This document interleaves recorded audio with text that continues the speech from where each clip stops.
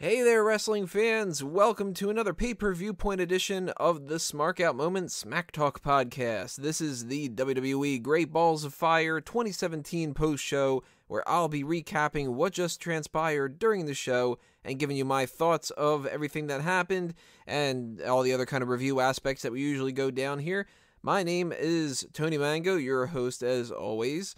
So surprised that nobody wanted to join me on this edition. I don't know why, because I thought that this event was a crazy good event for the most part. A couple hiccups here and there, but there's so much positive stuff to talk about and so much interesting things that went down.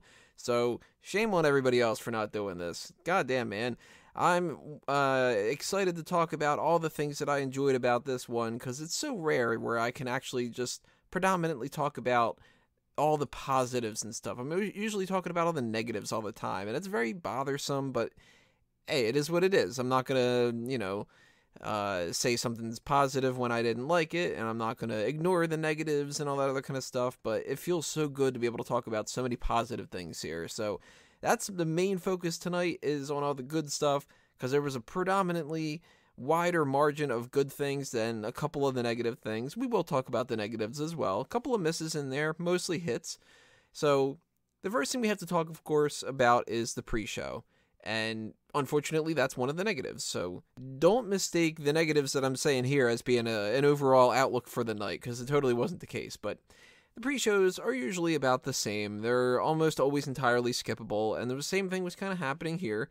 We had nothing really interesting from our panel. David Otunga was on there, and he's so much more tolerable when he's on like once a month and he's just an analyst. So at least that could be another positive thing, that they're sticking to that David Otunga analyst thing. Peter Rosenberg, I like him, but he's following the same kind of just generic analysis kind of thing that even Renee Young does from time to time, and it's bothersome a little bit to watch the pre-show stuff like that, because they don't contribute anything to the discussion. Basically, it's almost as if they are just reading out press releases kind of, and it's like, well, this is the feud, this is what's happening, this person's going to say that person A is going to win, so I'm going to say person B is going to win. It's pretty predictable, and you don't need to listen to a single word of what they say.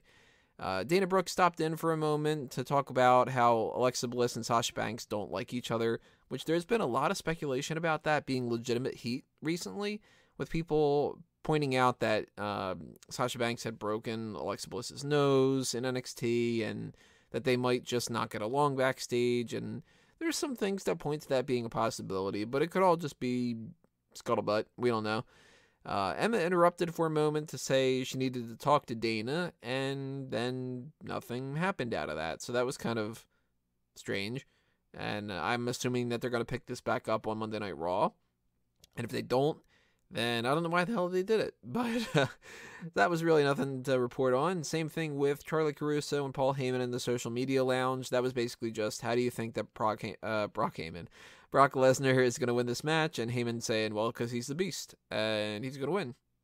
And then you answer two more questions that basically say the same thing, then you're done. Then you go to the match, which was the Cruiserweight Championship match between Neville and Akira Tozawa.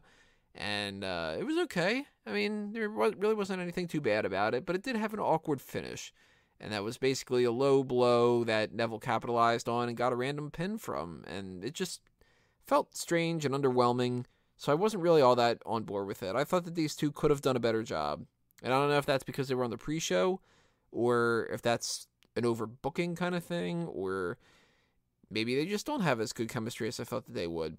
But I was a little bit disappointed with it. I thought that this could have been a potentially better thing. So he mentioned a little bit later on in the night that he wants a rematch. And I'm hoping that they do this on either Monday Night Raw or 205 Live. I don't want to see a rematch at SummerSlam necessarily.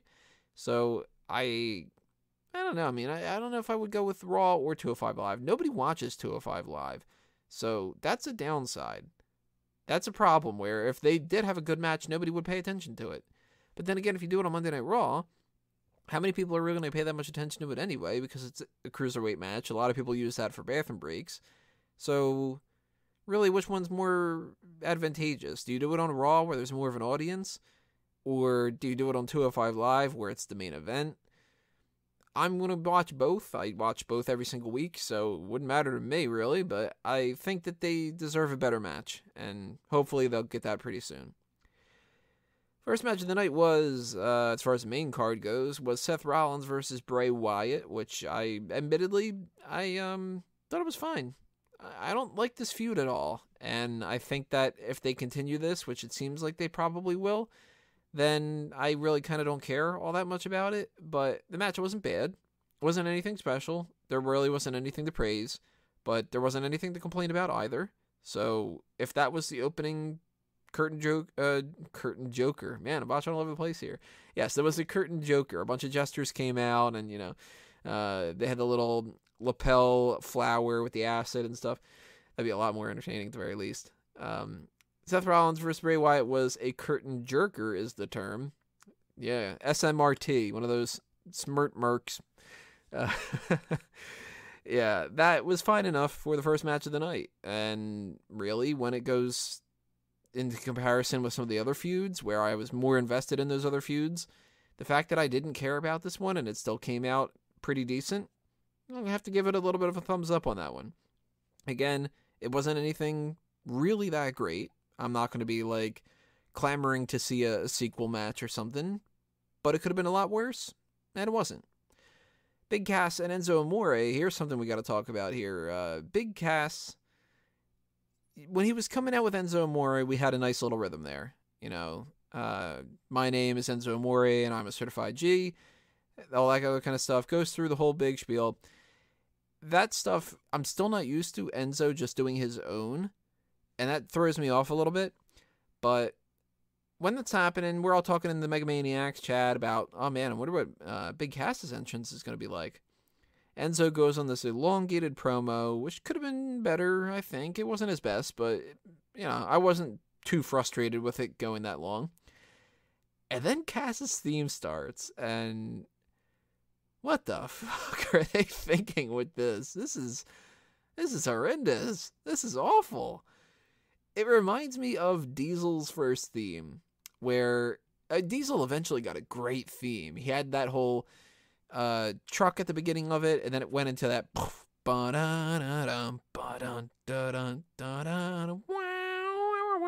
of thing. Love that theme. But his first theme was just the truck, and it was excruciating to hear. Big Cass's theme is basically like that. Although my first impression was, this sounds like it's a bunch of sound effects from the Transformers movies. That whole kind of bullshit. And it makes no sense. It just keeps stopping, and people were leaving their impressions in the Megamaniacs. Let me try to bring that up real quick, because when I was reading them, I was like, yeah, this kind of makes sense. That could be the lyrics to it and stuff. I think Payton's was just doof, doof, doof, and all that other kind of stuff. Yeah, it's taking a while for me to load this up, but that struck everybody as just, whoa, whoa, whoa, this is pretty awful. And I don't blame anybody for sharing that same opinion, because poor Cass, man, he could have had a good theme come out of this. He could have had something that fit a different kind of motif or whatever, but instead, he's got the same old ring attire, which he needs to change really, really badly. He looks like he's wearing a diaper, and it just doesn't work. Wago here, bomb, bomb, bomb, bomb, dun, dun, dun, dun, that kind of thing. Terrible, terrible theme song. It's sort of like Cesaro's when that first came out, and it's still pretty bad, that whole fucking shit. A lot of my impressions today you're getting. I will say, though, I'm very happy with Big Cass just squashing Enzo, because that needed to happen. He needed to just beat the shit out of him, because he's the bigger guy, and he's the guy that they're going to be pushing going forward. Enzo, in the meantime, though, they can't sleep on Enzo. That guy needs to go to 205 Live. They need him on that show. He's way too popular, and he's way too exciting, just in his promos, for them to ignore and to not have some kind of role for him. And they're not going to give him an Intercontinental or United States title run. He's not going to get a world title run. If he pairs him up with another tag team, who's it going to be? Darren Young? Nobody's going to care about Darren Young. Tag him up with Big Show. Big Show's on the ends of his career. He's not going to be wanting to do that kind of shtick. So I'm kind of hoping that he goes to 205 Live and we just kind of move on from here with that one, because we really don't need to do anything else from this feud. Big Cass proved he's above Enzo. Enzo needs to kind of pick himself back up and just sort of apply himself in another way. But I liked the squash. I just hate Big Cass's theme. Good Lord, man. CFO Money or Jim Johnson, whoever the hell wrote that one up, go back to the drawing board, man. Give him some generic rock music if you want to. Ugh, terrible.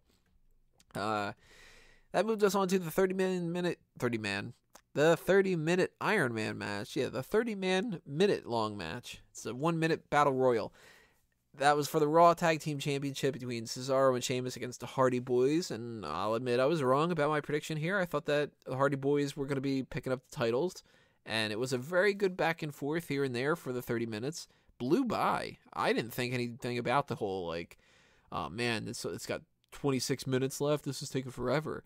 I enjoyed the hell out of this match, which kind of makes me almost bite my tongue a little bit, because I was saying before how I don't want to see Cesaro and Sheamus versus the Hardy Boyz anymore. But they put on a really good match here, and you know what? If they could do another one of them, go ahead and do it. I'll admittedly say, though, I will still agree with my former self that the promos and stuff are not going to be something that's really that interesting for me.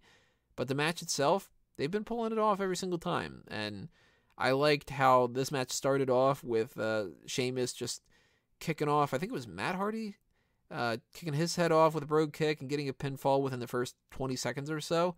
Really good way for them to build up the idea that the baby faces were not only going into this in a negative sense when they aren't the champions, but they're also fighting from underneath, because now they've got a 0-1 score and it's only 30 seconds into the match.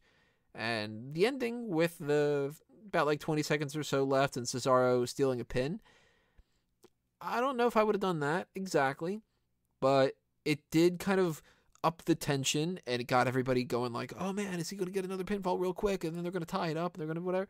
So that was pretty interesting. Very solid match. I got to give it a big old thumbs up, and I'm curious to see where they go from here, because I kind of think that the Hardy Boyz need to be at SummerSlam, but, you know, Cesaro and Sheamus, are they actually going to do that?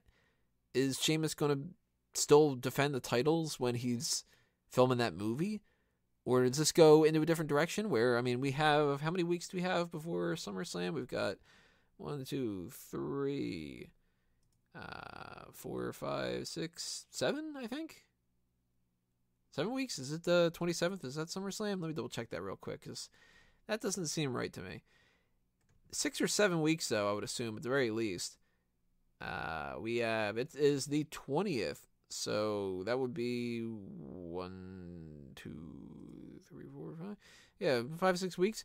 So if they're going to do that sometime in the meantime on Monday Night Raw, and then they're going to kind of transition the titles over to the Hardy Boyz, and then we're going to get maybe the Revival against the Hardy Boyz or something like that, then hey, I'm on board with that too. So I don't know how they're going to end up going with that, but I'm kind of curious to see. So that's what you need me to do, right? You need me to be interested and then to tune in. Kind of the same thing a little bit with the Alexa Bliss and Sasha Banks match for the Women's Championship. Although, that one, the ending I didn't like as much. I hate count-out and disqualification endings on pay-per-views. It really pisses me off. Although I loved the match ahead of time. I thought that leading up to that, the match was very, very solid. And I would like to see another match between Alexa Bliss and Sasha Banks. Whether or not they've got any kind of actual heat, they put their differences aside and they ended up doing a good match out here. So I think what the purpose of this is they want to do Alexa Bliss versus Nia Jax at SummerSlam, but I don't think that they're willing to bank on the idea, that not pun intended, on that heel versus heel match feeling right for SummerSlam. I think that they panicked here. And I think that their idea is Sasha wins by countout, which means that she technically is owed another rematch according to their rules, which they change the rules all the time, so they don't need to follow the rules 100%. But if she requests another match, which she did on the Raw Talk afterward, they could have some kind of a situation where maybe Nia Jax comes out and says, that's bullshit, I should be the next in line, I went through the gauntlet, you didn't get the job done, And then maybe they do like Nia Jax versus Sasha Banks, and if Nia Jax beats Sasha Banks, then she also gets a title shot at SummerSlam, and then they do a triple threat. That's what I'm assuming is the case here, because then I think that Alexa Bliss and Sasha Banks and Nia Jax gives you a little bit of that babyface heel tweener dynamic. Babyface, of course, being Sasha Banks, heel, of course, being Alexa Bliss, tweener kind of being Nia Jax, because she is a heel more than she is a babyface. But if she's going up against Alexa Bliss in a little bit, then she by default becomes the tweener in that relationship. So maybe that's where they're going here. Or maybe like the tag team title situation, maybe what they want to do is they just want to continue this Alexa Bliss and Sasha Banks thing for 3 weeks or so. And then Nia Jax becomes the number one contender, and they don't have to spend 6 weeks building up the whole thing.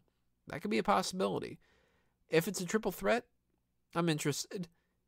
And if it's not a triple threat and it's just Bliss versus Nia Jax, we'll see how that goes.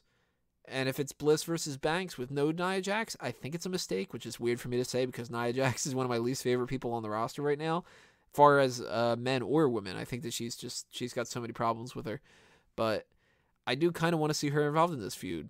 Either way, Bliss and Banks put on a good match. So if it does come down to those two, I will be interested because I do think that they put on a good match here. What was next after this? This was, let's scroll down the list right here. It was the Intercontinental Championship match between The Miz and Dean Ambrose, which was one of my lower points of the night because this left a lot to the imagination. It was nothing different from what we've seen before. Miz and Dean Ambrose have been feuding since, I think, November. And there was a little bit of a hiccup at time where Ambrose was doing his thing with Baron Corbin, and The Miz was... God, who was The Miz feuding with? Oh my God, who was The Miz feuding with towards, like, the WrestleMania point? I don't remember at all. Huh. That's strange. I probably enjoyed that feud more than the Baron Corbin and Ambrose one. I don't know. Slipped my mind. But whatever that was going on, they went back to the well with Miz and Ambrose, and the only thing that was different this time around from what we've seen many, many times before is that the Miztourage was out there, which we've seen that on Monday Night Raw now. So Dean Ambrose busts his mouth. I don't know if it was like a tooth problem or he bit his lip or just, busted open in some capacity, but this ended about the exact same way that I expected it to, with a little bit of interference and a distraction, and then the heel getting the win. It's a standard Monday Night Raw or Tuesday Night SmackDown type of ending, and that's a little bit frustrating and bland and underwhelming. But at least the Miz kept the title, and that's the most important thing going forward. Then we need to start talking about the best parts of the night, though. The ambulance match with Roman Reigns and Braun Strowman was so good. And I don't mean even just the match itself. I mean just the booking of this and how they did everything. We've been talking about these slip-ups that WWE's been doing and how little they seem to want to put any effort into their writing lately and stuff. And Money in the Bank was so problematic in so many ways, and this stupid idea of the women's Money in the Bank match being postponed just to do the same thing all over again and all that. There's been so many problems in the past 4 months, 5 months even maybe at this point, and it really has been getting frustrating. So then to see them do stuff like this tonight, where everything from the beginning of the ambulance match to the end of the night was practically flawless. It was amazing. Like, Strowman had to go into this match looking strong, but then it's Roman Reigns, so you know that he's going to have to look strong as well. They managed to figure out a way to not only have both of them look like they're able to take the fight to each other, but to highlight Strowman without making Roman Reigns look like he was getting his ass whooped. One of the best parts of the night is Strowman doing his whole like monster of a man kind of coming back from nowhere sort of thing with the no selling of the chair shots. Now, that was one of the most surprising things of the night. One of the most surprising things earlier in the evening, which I had written down as like a highlight for sure, was Alexa Bliss doing the dislocated arm thing, which was cool. And usurping that almost, not quite maybe, was the whole thing with Strowman just getting attacked with the chair and just being like, nah, doesn't hurt. I was just like, oh man, we got some strong arms here, you know? And then we had Roman Reigns losing the match by just doing a spear inside of there, which was a really good way to do that because it meant he technically did lose the match. He went into the ambulance, Strowman shut the door, but he wasn't incapacitated, he wasn't beaten down, he just happened to dive into an ambulance. So having him come right back out afterward proved that he was not taken out of the game, and it was just a technicality, essentially. Then they continue the feud, they keep fighting, the brawl goes backstage and all that other kind of stuff with Reigns putting Strowman in the back of the ambulance and driving off into the loading dock area. And then they do what I'm assuming was a pre-taped segment where he backs up the ambulance into a production truck, crashes it, dents the whole damn thing. Braun Strowman's inside, and we got trainers and EMTs and Kurt Angle and bystanders and referees all trying to get they're using the fire departments out there with the jaws of life, and they're prying open the door. And such a great touch that they did was they decided to have an impromptu match. It's just, hey, we got this important thing going on backstage here. We have to fill a little bit of time. What do? I don't know, send out Curt Hawkins and Heath Slater. And the way that they filmed this, the way that they had Heath Slater beat Curt Hawkins off screen, some people might be mad about that. I would argue that that is such a good touch because that seems more realistic. They wouldn't just cut away and be like, oh crap, we need to cut right back real quick because this is going to be the end of the match. No. That wasn't the important thing going on. That was supposed to seem like Heath Slater and Curt Hawkins were just a distraction. It's like when somebody gets injured at a circus and you send a clown out there to start dancing around so nobody pays attention to the EMTs. Damn good touch. I loved it so much. And I actually like the fact that Slater won too, because he's been kind of getting a little bit of some momentum with the whole Intercontinental thing. And Curt Hawkins is just a jobber, so it doesn't matter. So I kind of hated the crowd saying we want Balor, because then it would have been like, why aren't you putting Balor on the screen? Balor didn't need to be on the screen. I do think it's a little bit weird that he wasn't on this card, and they didn't do anything on the pre-show with him and Elias Sampson, because that would have saved the pre-show a little bit more. And I also think it's weird that we didn't get that Goldust R-Truth thing, but that Slater and Hawkins thing was the best course of action for that. Fantastic. And then they have Strowman get out of the ambulance, and he refuses to be taken out on a stretcher. He stumbles around a little bit, and he's a bloody mess, but he goes out on his own accord. I'm assuming what they do here is that this is their way to write off Braun Strowman without technically giving him like a full-on injury angle. Because if Strowman is involved in anything going forward over the next couple of weeks, it would seem like it would have to be Roman Reigns. And you have to end this feud at some point. But Roman Reigns is going to be fighting the winner of the Universal Championship match, which I'll get to in a minute. So I don't want to see Strowman involved in that. I want Roman Reigns to just win the championship, move on, don't do that whole WrestleMania thing. You've heard me talk about this so much, and right now people are sitting there going, for fuck's sake, Tony, we've heard you say this over and over again. I know, but just to reiterate the point, there was and there still is, a possibility that they could have done Braun Strowman versus Roman Reigns versus either Lesnar or Joe. More than likely, Brock Lesnar. And now that they did this whole thing with Braun Strowman, I don't think that that's as much of a possibility, so it's making me very, very happy. I think that it's okay if Braun Strowman just sits out SummerSlam, and he comes up right afterward, and he starts just balls to the wall, going crazy with No Mercy, I think is the next Raw event after that. Or is that Hell in a Cell? No, it's No Mercy. Damn, because if it was Hell in a Cell, then that could have been a good way to end the feud with Roman Reigns. But I loved everything about this ambulance match, and all the segments surrounding it and stuff, just amazing. Which made me think, Oh man, after that kind of a segment, how do they do anything with Joe and Lesnar? Because you're just going to have, what, a squash match now? And it's going to be Lesnar beating the shit out of Joe and everybody leaves all disappointed? Nope. They ended up figuring out a way to make that look damn good too. That's hard, to have both Samoa Joe and Brock Lesnar look like they could beat the shit out of anybody. Because when you have two people that are equals, essentially, butting heads, one of them has to eventually succumb to the other one. Joe beating down Lesnar at the beginning of this started off with a great punch of just like, ooh, fuck, Joe might win this, kind of. I didn't think he necessarily would, but that's the kind of mentality that they wanted you to have, and it kind of worked. So Lesnar and Joe trade blows back and forth.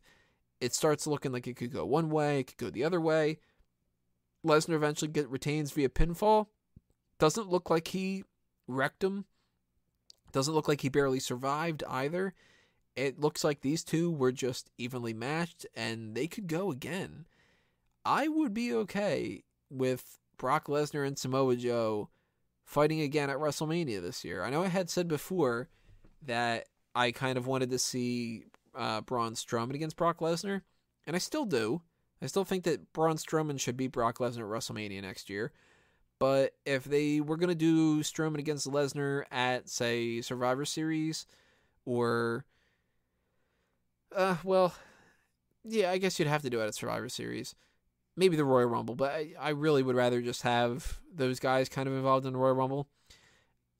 And Samoa Joe, man, that guy, he deserves a world title run. Like, God knows how soon they can do it, but he needs that world title at some point. Whether it's on Raw or SmackDown, it doesn't matter, but he needs a world title. They can't let him go by and not give him a world title. And for them to do this Brock Lesnar thing with Joe, I was nervous that it wasn't going to work out. And you know what? I think that they gambled a little bit, and this could have been a disaster, and it wasn't. So I got to tip my hat off to WWE, because as much as they've been fucking up lately with a lot of different things, they did not fuck that up at all. Lesnar and Joe both came out of this looking better, and I'm just super thrilled with how the end of this pay-per-view came, and the majority of the pay-per-view in general. This was a damn good pay-per-view, and it's now on my list as a potential choice for the best pay-per-view of the year. If I'm looking at my list at the moment, I've got listed down for the worst of the year. I have down NXT TakeOver San Antonio being very underwhelming. I have Extreme Rules and Money in the Bank. And then for the best, I've got Royal Rumble, WrestleMania, and Great Balls of Fire. Which, why the hell would I have ever thought Great Balls of Fire, out of all the names, would be one of my favorite events of the year? This was just great overall. Couple little hiccups, as I said. Some little things like they didn't need to do the whole thing with the low blow in both the Akira Tozawa and Universal title matches.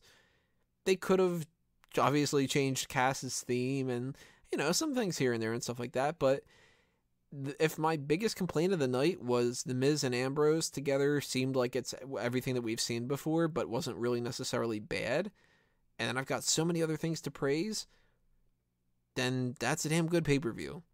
So kudos WWE for being able to pull that off and proving to us that you still actually give a damn, and it's not that you've given up on everything and all that. So maybe going forward, we can put a little bit more investment in Battleground. Maybe we can put a little bit of investment in SummerSlam and see if they can pull off that stuff. Maybe the rest of 2017 is going to be pretty good.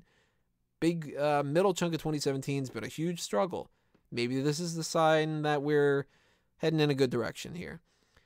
If I have to say my biggest highlight of the night, because I already mentioned my biggest low point, essentially.